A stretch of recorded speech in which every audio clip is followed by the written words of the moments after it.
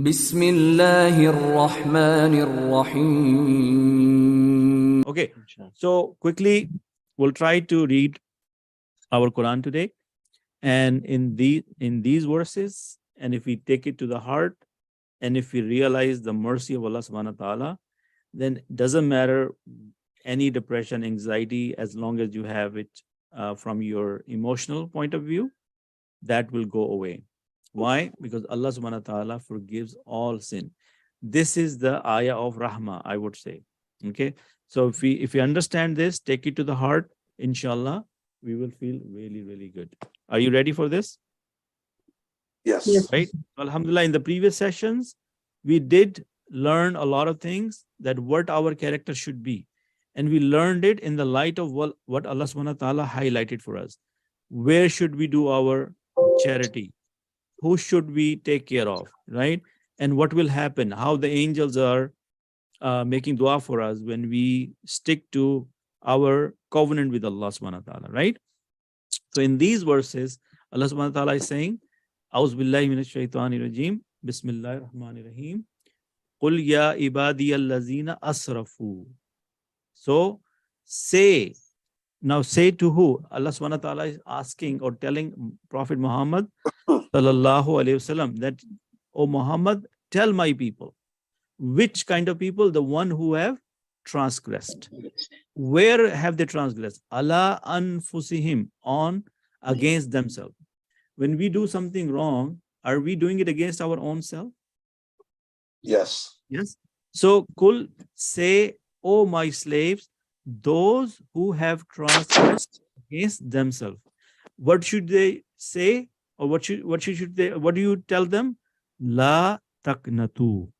Do not despair. Do not despair from what?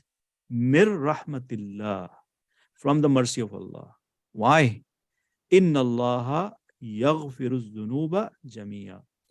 Allah, indeed, Allah forgives the sin, all of them. He forgives all the sin. Why does he do that?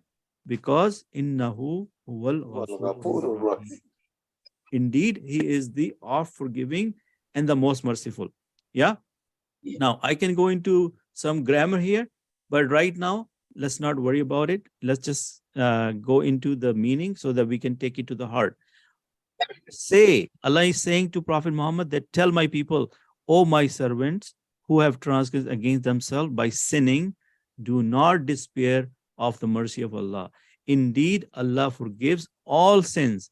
Indeed, it is He who is the most forgiving and the most merciful.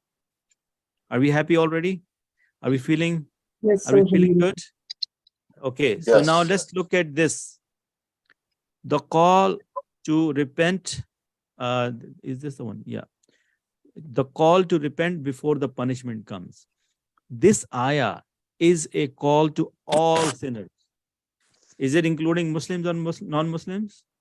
It Yes. includes Yes. all people, all the sinners, be they disbelievers or others, to repent and turn to Allah. What do we call repenting and turning to Allah in Arabic? Tawbah. Yes? Tawbah. And what did we talk about Tawbah last time? That the door of Tawbah is open until the day when the sun will come out of the west. Or when your soul reaches this part in your body, which is like about to leave your body, until that part, the door of Tawbah is open. And the mercy of Allah subhanahu wa ta'ala is that when you ask for Tawbah and you do a sincere Tawbah, Allah subhanahu wa ta'ala forgives all your sins and you're like a baby just born today. So this ayah tells us that Allah subhanahu wa ta'ala, may He be blessed and exalted, will forgive all the sins of those who repent to Him and turn back to Him, no matter what or how many his or her sins are, even if they are like the foam of the sea. Meaning, if you think, in a nutshell, if I tell you this way, that if all of us or any of us is feeling that we are the most disgusting people on the face of the earth because of our sins and wrongdoings, and we are feeling helpless, and we are grieved by it, and we are feeling there is no hope for us, so Allah subhanahu wa ta'ala is saying to those people, No, do not despair. Turn back to me and repent to me, because I will forgive all your sins. It doesn't matter how many. Okay. So, brother Sharif, could you please mute your mic? Okay. So this cannot be interpreted as meaning that sins will be forgiven without repentance. Yes, because shirk is one sin which is non-forgivable, right? Allah said, I will forgive everything but the shirk, right? Right. But Allah says, or over here in the tafsir, it says, because shirk can only be forgiven for the one who repents it. So Al-Bukhari recorded that Ibn Abbas, may Allah be pleased with him, said that some of the people of shirk killed many people and committed zina, which is illegal sexual acts. To a great extent, they came to Muhammad sallallahu alaihi wasallam and said, what you are saying and calling us to is good. If only you could tell us that there is an expiation for what we have done. Then the following ayah were revealed. وَالَّذِينَ لَا يَدْعُونَ مَعَ اللَّهِ إِلَهًا آخِرَ وَلَا يَقْتُلُونَ النَّفْسَ الَّتِي حَرَّمَ اللَّهُ إِلَّا بِالْحَقِّ وَلَا يَزْنُونَ. And those who invoke not any other God along with Allah, nor kill such person as Allah has forbidden, except for just cause, nor commit illegal sexual intercourse for them. Then say, oh my servants who have transgressed against themselves, despair not of the mercy of Allah. This was also recorded by Muslim, Abu Dawud, and An-Nisai. What it meant by the first ayah is that except those who repent and believe and do righteous deed. Imam Ahmad recorded that Asma bint Zayd said, I heard the Messenger of Allah sallallahu alaihi wasallam saying, verily his work is unrighteous. And I heard him say, O my servant who have transgressed against themselves, despair not of the mercy of Allah. Verily, Allah forgives all sins. He does not reckon him truly. He is oft forgiving and most merciful. This was also recorded by Abu Dawud and At-Tirmidhi. All of these hadith indicate that what is meant is that Allah forgives all sins provided that a person repents. Additionally, one must not despair of the mercy of Allah, even if his sins are many and great, for the door of repentance and mercy is expensive. Expensive mean very big. Know they not that Allah accepts repentance from his servants. And whoever does evil or wrongs himself, but afterwards seeks Allah's forgiveness, he will find Allah oft forgiving, most merciful. So what do we get out of this, guys? So if we are feeling that we have done wrong, do you think we still have a chance? Yes. Yeah. Yes. And should we delay that chance? Should we wait No, no. till we... No. No. Continue So, with Tawbah. yes. So that is why what we do, we make Tawbah every day and we do istighfar every day. Yes? So inshallah, I'm sure you can find some tafasir on this, but look at the next word, the next ayah. Wa anibu. Anibu mean and turn. Where? Ila rabbikum, to your Lord. Wa aslimu, and submit. Submit. Lahu, to him. Min kabli, before ay ya'tiyakumul azabu summa la tansurun. Don't wait before it comes the punishment and then you will not be helped. So what is the command from Allah subhanahu wa ta'ala? He's saying, turn to me and submit to me before a day comes when the azab is given and then nobody will be helped. So do we want to wait for that day? No. Or should we just rush to Allah subhanahu wa ta'ala with our Continuously. repentance and ask him for forgiveness, because he will forgive us. And then what else we do? Wattabi'u, and follow ahsana, the best, ma unzila ilaykum, of what is revealed to you. From where? Mir rabbikum, from your Lord. Min kabli an ya'tiyakumul azabu baghta, that until or before azab catches you unexpectedly, suddenly. وَأَنْتُمْ لَا تَشْعُرُونَ, and you don't even realize that your time is up. And what could be that? For example, today we are alive, today we are young, today we have all kind of power, money, and time. Do we have any guarantee that we will live till the evening? No. So if I'm the person who is full of sins, and if I'm keep delaying my repentance and turning back to Allah, could the death could come to me anytime suddenly, Yes. right? Or any other affliction could affect me where I'm willing to do it, but I'm not able to. Yeah. Yes. So, and follow the best of what was revealed to you from your Lord. So what is the best revealed to us? The Quran and Quran. Sunnah. Do we still have the Quran and Sunnah with us? Yes. And do we have the resources? Can we Yes. go and ask for help? Can we go and learn our deen? Yes. Okay.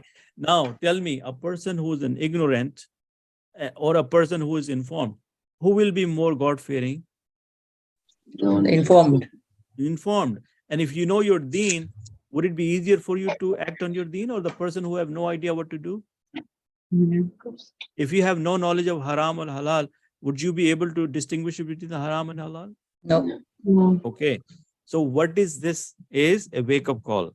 And wake-up call with the guarantee of mercy and hope from Allah subhanahu wa ta'ala. Yes? That if we turn to Allah right now, regardless of what we have done so far, we keep on turning and keep on repenting and making a sincere intention, then Allah subhanahu wa ta'ala, for him, is not a big deal. He can forgive any kind of sin. Doesn't matter how big, how bad it was. Yes? What else? Antakulu, lest should say nafsun. Nafsun mean a person, a soul. Ya hasrata. Urdu mein kya kehte hain hasrat ko? What is hasrat? When you are regretting something. Oh, my regret. Gosh. So when you run out of time, either by death or the punishment gets hold of you, or it's Yawm al-Qiyamah, and you are in heedlessness, you did not return to Allah, then what happened? That way, before you get to that point, when the nafs, the soul is saying, an takula nafsun ya hasrata. Brother Kazim, could you please could you mute your mic, Brother Kazim? Brother Kazim. Okay. And then that, oh my regret, ala ma farrattu. That, oh my neglect over what I neglected. Are you familiar with this feeling? Do we go through this a lot? Are we still neglecting a lot of things? Brothers and sisters? We try not to. Yes, but isn't that an average Muslim, that we are in neglect? Yes. We don't turn. I mean, alhamdulillah, we can call ourselves a little bit blessed than others, that Allah has got our heart and our attention, and we are able to pray and we are able to do this. But imagine an average Muslim, and there are billions of people in Islam, right? How close they are to the religion, right? An average Muslim is in this situation. Antakula nafsui ya hasrata ala ma farrattu fi jambillahi, in regards to Allah. Are we in neglect in regard to Allah? Most of us are. Wa in kunta laminas sakhirin, and that I was surely among the mockers. Okay, now this is more to do with the people at that time. What they used to do, they used to mock the Prophet Muhammad sallallahu alaihi wasallam, and they used to mock the believers, correct? Our religion. The mushrikeen at that time, they used to say, look, these are crazy people, these are stupid people, right? But even today, don't we mock our religion in some way or form or shape? Yes. Right? Right? Especially if we see somebody who's really acting upon religion, don't we look at in a strange way towards that person, or we have a judgment about that person, that person is like a little bit weird? That's true. Right? So in a nutshell, May Allah subhanahu wa ta'ala protect us from all this Ameen. and give us the tawfiq. And that is why we keep saying this dua. What is that dua? Rasulullah sallallahu alaihi wasallam recommended after every first salah. Allahumma a'inni Allah ala zikrika zikrika wa shukrika wa shukrika wa husni husni ibadatik. ibadati. Because we can't do anything by ourselves. We need Allah's help even to make his zikr and shukr and ibadah. Yes? Mhm. Right? Like one time, Hazrat Musa asked Allah subhanahu wa ta'ala that tell me some kalima or something which I should say and get close to you.